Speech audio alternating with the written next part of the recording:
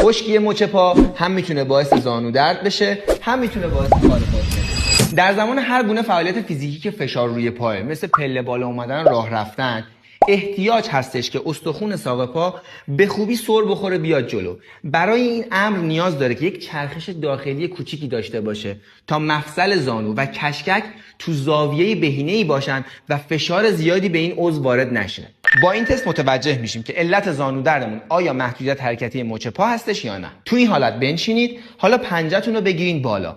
بدون اینکه استخوان زانو تکون بخوره، یک چرخش داخلی به مچ پا بدین. اگه این چرخش داخلی کمتر از 10 درجه باشه، یعنی مچ پای شما درگیر یک اختلاله. این تمرین رو جدی بگیرین، چرا که رفته بعد از درد زانو این درد به صورت زنجیروار ممکنه به گودی کمرتون هم بزنه. توی این حالت قرار بگیرین، استخوان ساق پا رو با دست به این صورت بگیرید. مادامی که زانو رو دارین هدایت میکنین به سمت جلو، یک چرخش 10 درجه‌ای رو به استخوان تیبیاتون وارد بکنید و در این حالت احساس کنید که شست پا و پایه شست پا در زمان جلو اومدن زانو فشار بیشتری رو متحمل میشه.